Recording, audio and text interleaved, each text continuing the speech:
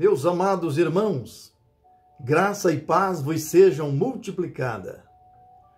Eu gostaria de, neste momento, compartilhar com vocês uma palavra bíblica que o Senhor colocou ao meu coração. Primeira carta do apóstolo São Paulo, no capítulo 1, versículos 19 ao 25. Vamos ler a narrativa do texto.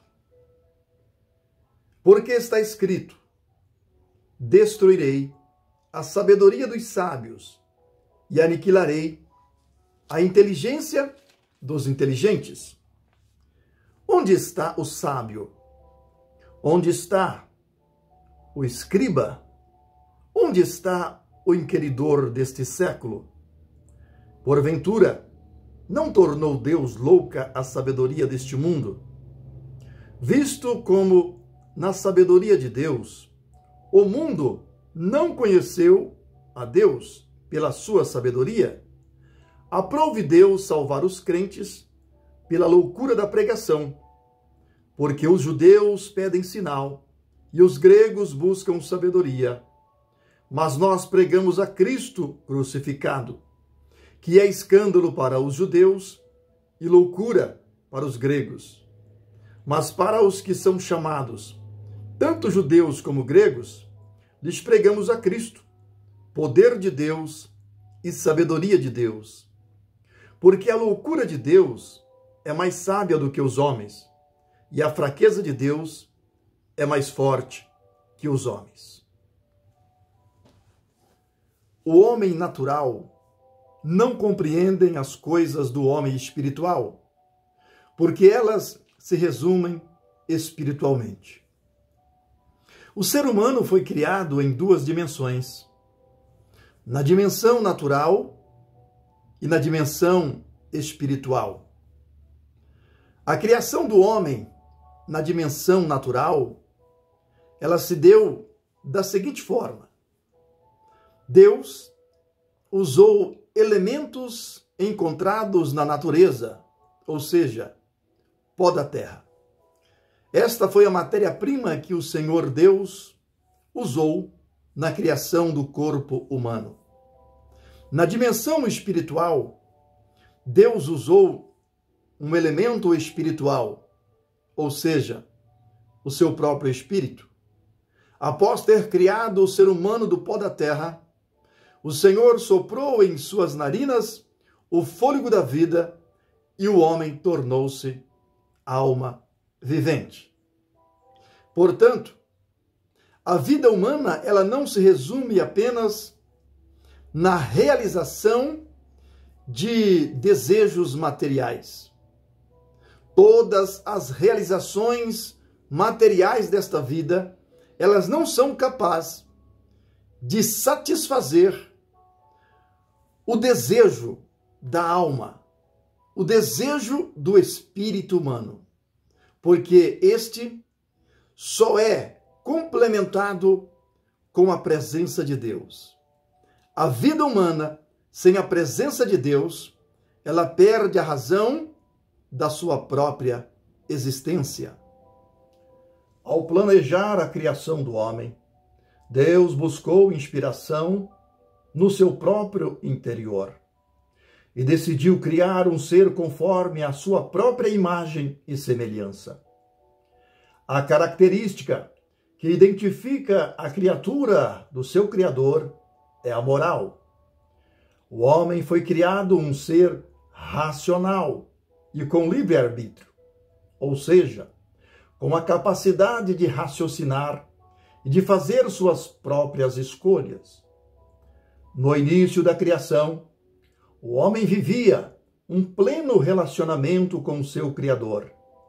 Ele tinha duas opções de escolha: permanecer na obediência ao seu Criador ou desobedecer e mudar o curso de sua história. E ele optou por desobedecer e assim mudou o curso da sua vida. A partir de então, o homem tornou-se um pecador e transgressor da lei divina. Ao se afastar do seu Criador, o homem entrou por um caminho de decadência espiritual e degradação moral. Essa decadência moral tem levado o homem a viver uma cultura de inversão de valores.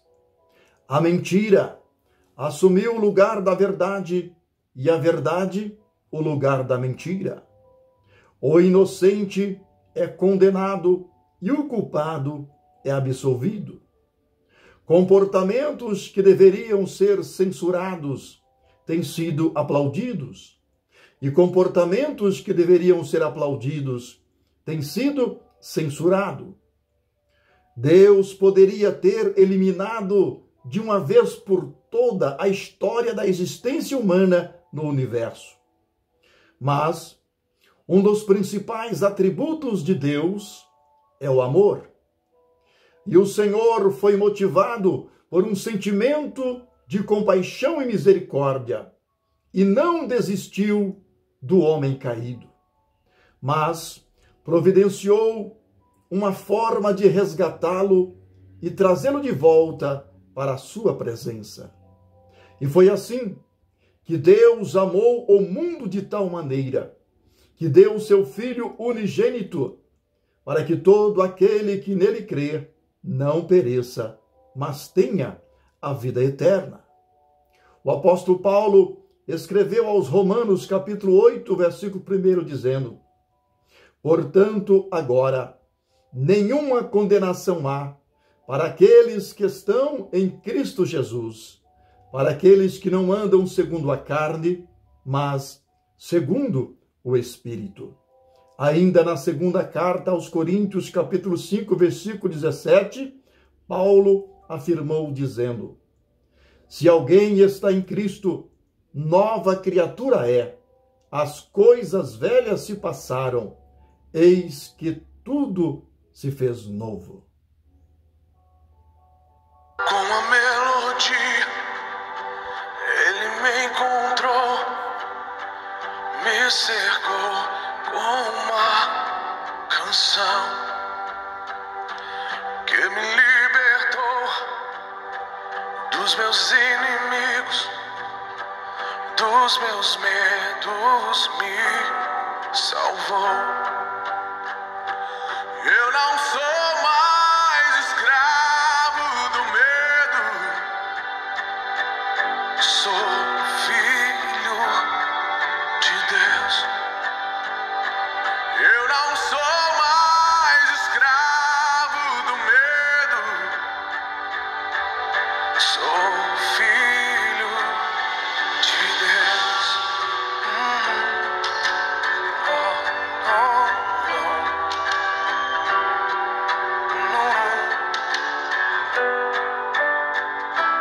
Antes de nascer, escolhido fui, o meu nome me chamou.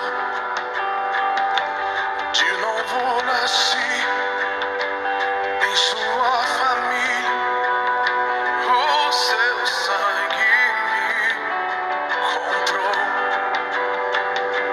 Eu não sou mais escravo do medo, sou filho de Deus. Eu não sou mais escravo do medo, sou filho de Deus. Eu não sou mais escravo do medo, sou